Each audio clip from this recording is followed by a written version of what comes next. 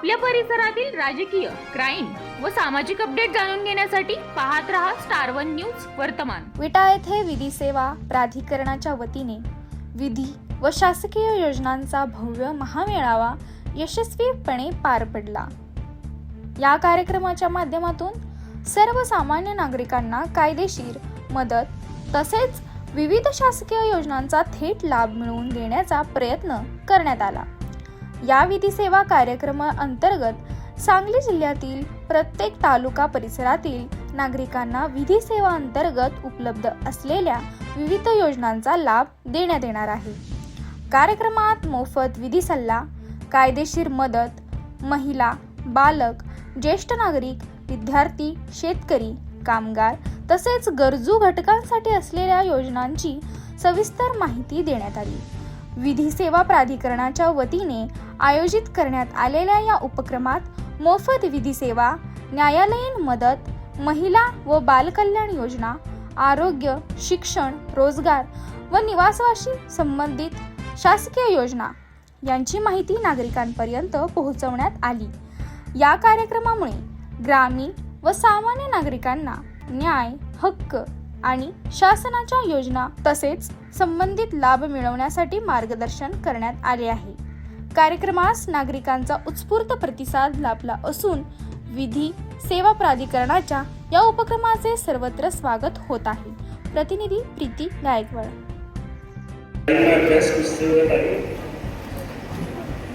माननीय राष्ट्रीय विधी सेवा प्राधिकरण नवी दिल्ली, माननीय महाराष्ट्र राज्य विधी सेवा प्राधिकरण मुंबई यांच्या निर्देशानुसार जिल्हा विधी सेवा प्राधिकरण सांगली, जिल्हाधिकारी कार्यालय सांगली, जिल्हा परिषद सांगली आणि सर्व प्रशासकीय कार्यालय यांच्या संयुक्त विद्यमाने आयोजित विधी सेवा व शासकीय योजनांचा महामेळावा यासाठी उपस्थित माननीय न्यायमूर्ती श्रीमती भारती डांगरे मॅडम, न्यायमूर्ती उच्च न्यायालय मुंबई तथा पालक न्यायमूर्ती सांगली व मान्य न्यायमूर्ती श्री सोमशेखर सुंदरेसन सर, न्यायमूर्ती उच्च न्यायालय मुंबई तथा पालक न्यायमूर्ती सांगली, तसेच आपल्या जिल्ह्याचे प्रभारी प्रमुख जिल्हा व सत्र न्यायाधीश मान्य श्री व्ही डी निंबाळकर साहेब, शासनाचे कुटुंब प्रमुख मान्य जिल्हाधिकारी श्री अशोक काकडे सर, आपले पोलीस अधीक्षक कार्यालयातर्फे ॲडिशनल एस पी मॅडम, जिल्हा व सत्र न्यायाधीश क्रमांक 1 खानापूर तालुका मान्य श्री भागवत, ज्यांनी या सर्व विधी योजनेसाठी मागच्या 2 महिन्यापासून वारंवार करून आपल्या सगळ्यांचं कॉर्डिनेशन चांगल्या प्रकारे पार पाडलेलं आहे। ते सचिव मान्य श्री कांबळे आणि जे आयोजक आहेत, होस्ट आहेत विटा, जे माझे जुने मित्र आहेत 2021 पासून, ते ॲडव्होकेट व्ही एस जाधव, अध्यक्ष तालुका वकील संघटना विटा, आणि इथे समोर उपस्थित सर्व माझे विभाग प्रमुख आणि ज्यांच्यासाठी याचं नियोजन आहे ते कायद्याने जागरूक सर्व माझे नागरिक। आपल्या देशाचं स्वातंत्र्य झालं त्याचं कारण हे होतं की अन्याय होत होता। आपल्या देशाच्या स्वातंत्र्याच्या मुळाशी न्याय, अन्यायाविरुद्ध लढा आणि अन्यायाविरुद्ध जागरूकता हेच आपलं मूळ राहिलेलं आहे। जेव्हा 1950 ला संविधान झालं तर संविधानाचे पहिले काही वाक्य असे म्हणतात की we the people of India solely resolve to constitute India to secure all of its citizens. भरपूर बाबीबद्दल सर्वात महत्वाची पहिली बाब आहे justice, social, economic and political. न्याय हा सर्वात पहिला मुद्दा आहे। 75 वर्ष आपण न्याय द्यायचा सर्वपणे प्रयत्न केलेला आहे, करत आलेला आहे, परंतु 1987 ला अशी जाणीव झाली आपल्याला की आपल्याला या न्यायाची अवेअरनेस, जागरूकता ही घरोघरीपर्यंत, गावागावापर्यंत, नागरिकांपर्यंत न्यायची। मला नाही वाटलं होतं की मी मराठी बोलू शकतो, पण प्रयत्न करतो। इतके आमच्या स्वागत झालं, इथे अनार भेटलं, तुमच्या द्राक्ष मिळालं, इतके सारे मोठी स्वागत झालं। आता माझ्यातर्फे तुम्हाला स्वागत या महाशिबिरावर। आता हे जे नाट्य दाखवलेलं मुलांनी, तिथे मला दिसलं की ते जस्टिस डिलिव्हरी जे ग्रासरूट लेवलवर आहे त्याच्याकरता असं डिस्ट्रिक्ट लेवल लीगल सर्व्हिसेस अथॉरिटीची जी योग्यता आहे ते फारच एक कपॅसिटी बिल्डिंगच्या फारच मोठं योगदान आहे. मला जास्त मोठं बोलायचं नाही. मला माहिती आहे की सांगलीमध्ये परंपरा आहे की आर्मी आर्म फोर्सेसमध्ये सांगलीकडनं मोठं रेप्रेझेंटेशन आहे. तसंच मला एक विनंती आहे, एक सुझाव आहे, अतिसाधारण सुझाव. प्रत्येक कुटुंबातल्या एका व्यक्तीला तुम्ही लॉ एज्युकेशनला पाठवा.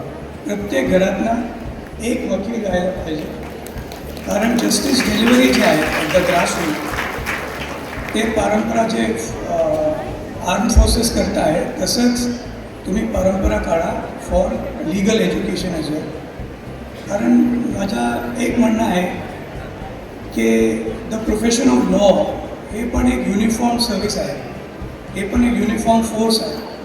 आणि जसं आर्म फोर्सेस नॅशनल सिक्युरिटी बघतात, सोशल जस्टिसची जे सिक्युरिटी आहे ते आम्ही वकील आणि जजेसला करायचे आहे. म्हणून एकच वन पॉईंट अजेंडा मी आज बोलणार आहे की सांगलीमधनं let there be maximum representation, one lawyer per household, one law student per household.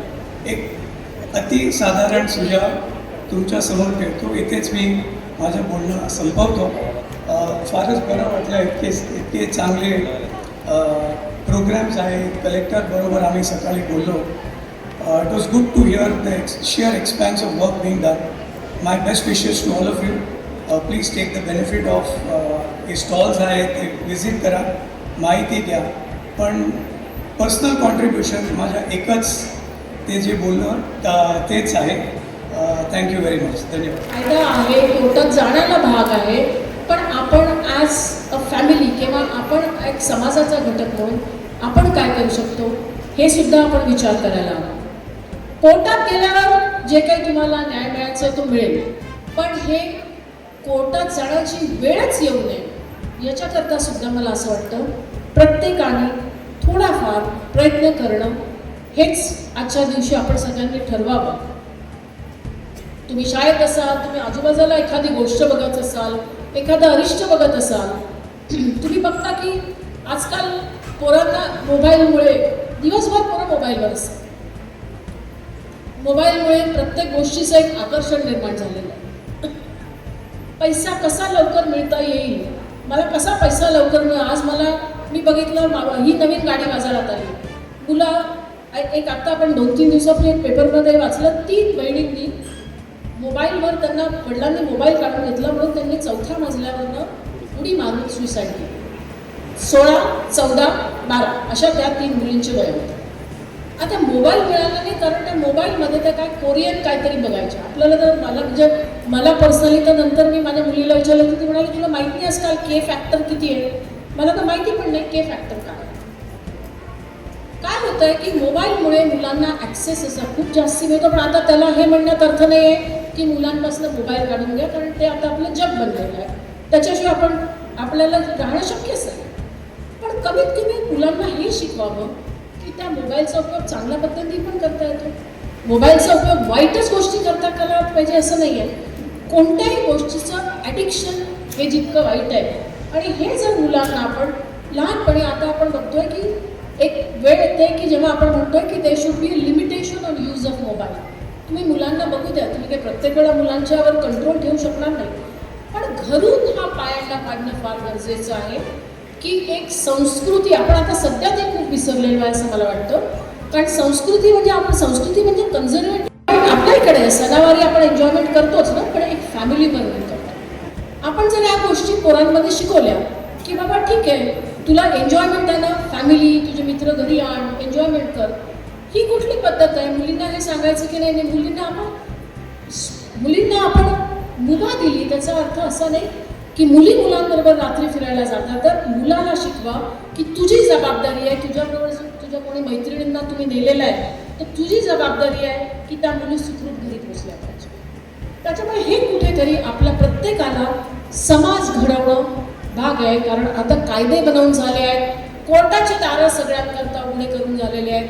आपण सांगतोय कोर्टाने न्याय तुमच्या दारी आणलेला आहे, पण शेवटी कुठेतरी समाजामध्ये पण आपल्याला विचार करण्याची गरज आहे.